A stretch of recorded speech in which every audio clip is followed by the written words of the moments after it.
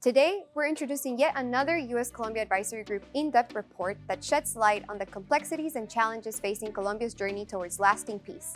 A journey that began with a historic 2016 peace accord between the Colombian government and the former Revolutionary Armed Forces of Colombia, or FARC. This accord is often cited as a landmark in conflict resolution, bringing an end to the longest-running armed conflict in the Western Hemisphere. It laid out a roadmap for reforms designed to reshape Colombia's rural economy, reduce illicit crop cultivation, bring peace to neglected areas, and safeguard the rights of social activists.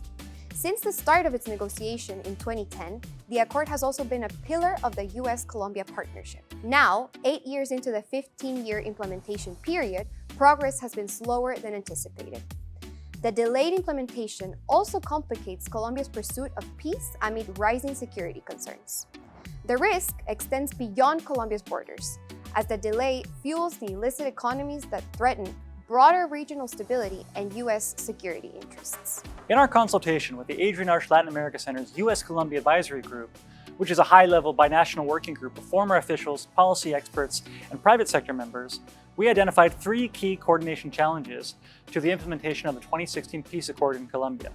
In addition to an overarching lack of coordination between local and national Colombian government institutions and their U.S. counterparts, the report notes that the accord's implementation was hampered by 3 things.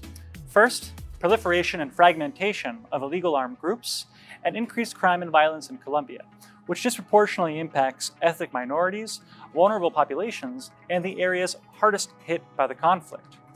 Second, difficulty in prioritizing the 2016 peace accord amid a broader, unclear security strategy to combat illegal armed groups.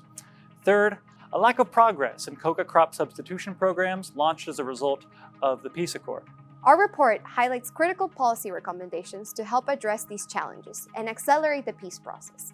It underscores the importance of enhancing the impact of development programs like the territorially focused development programs PEDETs and zones most affected by armed conflict, also known as OMACs, which need increased resources, international support, and community engagement to truly transform the conflict-affected areas of Colombia. By prioritizing development, we can strengthen local governments, curtail illegal group activities, and foster stability. The report also advocates for a renewed commitment to the peace accord's full implementation, which is essential not only for Colombia, but for global peace-building efforts. President Petro's establishment of the Alta Instancia para la Implementación, coordinated efforts across government entities, shows a strong commitment, but enhanced efficiency and resource allocation and utilization are needed to achieve meaningful progress by 2031.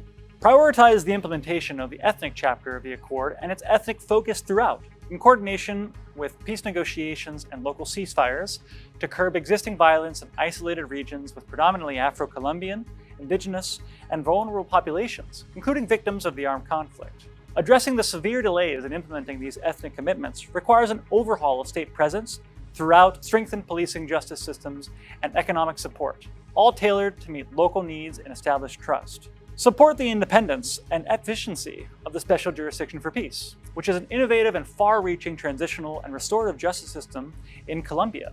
Support for the HEP is key, and to enhance the success of the peace process, U.S. agencies should support Colombia's efforts to ensure victim and perpetrator participation in restorative justice. Improving the HEP's communication with ethnic communities, coordinating across cases, and delivering culturally sensitive reparations are also vital for effective implementation and justice for serious conflict-related crimes.